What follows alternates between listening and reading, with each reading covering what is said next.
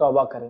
آخری انسان جو توحید پرست ہوں گا جنت میں جائیں گا, جہنم سے نکلیں گا. آخری انسان, حدیث میں آتا ہے وہ آخری ہوں گا, مطلب سینرز میں سب سے بڑا سینر, لیکن توحید پرست ہوں گا, اس لیے تو آخری ہے نا. آخری ہوں گا اور کوئلہ جیسا بن چکا ہوں گا جل کے. جب وہ ایک نہر سے نکلیں گا پاک اور صاف ہو جائیں گا, لیکن ایک کالا نشان اس کے اوپر رہے گا. سارے جنتیوں پر رہے گا جو جہنم سے نکل کے آئے, ایک کالا نشان, جس کو دیکھ کر جنتی لوگ پہچان لیں گے کہ یہ سیدھے جنت میں آئے ہوئے لوگ نہیں, یہ جہنم سے ہو کر آئے ہوئے, اور ان کو کہیں گے اے جہنمی. وہ شکر ادا کریں گے اللہ کا. وہ کیوں کہیں گے اے جہنمی؟ اس لیے نہیں کہ طنز مارنے, اس لیے کہیں گے کہ اللہ کا شکر ادا کرو, آ گئے ادھر وہاں سے نکل. اس کو اللہ نکالیں گا, یہ سوچیں گے آپ کو جگہ ہے یا نہیں ہے, اندر کوئی جگہ ہے یا نہیں. باقی انسان تو انسان ہی ہے, دنیا کی سوچ دنیا کی چلنے والے, اس کی چھوٹی رب کے تعلق سے. اندر کوئی جگہ ہے یا نہیں ہے.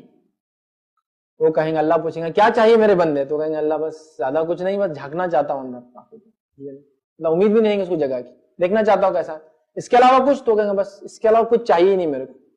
لیکن جاؤ جھانک لو, تو جائیں گے جھانکیں گا اور وہیں رک جائیں گے. اللہ کہیں گے ارے تم نے بولے تھے صرف جھانکنے کا, وعدہ پورا ہوا, میں نے جھانکنے دیا تم کو جنت میں. اللہ جھانک لیا, تھوڑا دروازے کے کونے میں جا کے کھڑا رہنا چاہتا میں تھوڑی دیر کے لیے. کہا اس کے علاوہ کوئی, بس اتنی میری مانگ, میں اور کچھ نہیں مانگوں گا. کہا اس کے علاوہ نہیں مانگیں گے, کہا نہیں.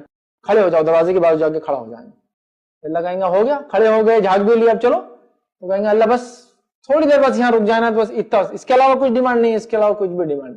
اللہ تعالیٰ بولیں گے اب نکلو, تو کہیں گے نہیں میں یہاں سے جانا نہیں چاہتا, اب مجھے ہی رہنا ہے. سمجھ رہے آپ, تو انسان نا امید ہے, ہمیشہ چھوٹی سوچ رکھتا ہے نا, اپنی سوچ چلتا ہے نا. رب کے تعلق سے یاد رکھیے, چاہے کتنے گناہ ہوئے ہو, چاہے دنیا میں کسی تکلیف سے آپ دنیا میں گزرے ہو, اس کا بدلہ بھی ملے گا اور گناہ کی معافی ملیں گے, اگر توبہ سچی تھی. اور اگر توبہ نہیں بھی کیا اور توحید پرست تھا, تو انشاءاللہ جہنم کا عذاب بھگت کر انشاءاللہ کبھی نہ کبھی نکل کر آئیں گا. لیکن جہنم کا عذاب کوئی مذاق اور معمولی بھی نہیں ہے.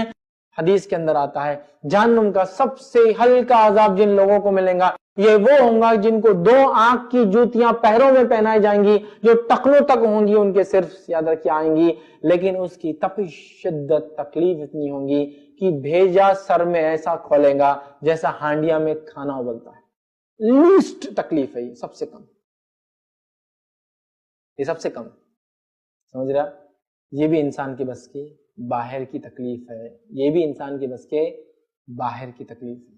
سمجھ رہے آپ, تو لہٰذا نا امید کبھی مت ہوئیے اعمال پہ, گناہوں پر. گناہ جو بھی ہوئے ہو, ندامت کیجئے کہ اللہ واقع میں گناہ, اور گڑگڑائیے, معافی مانگیے, توبہ کیجئے, استغفار کی کثرت کیجئے.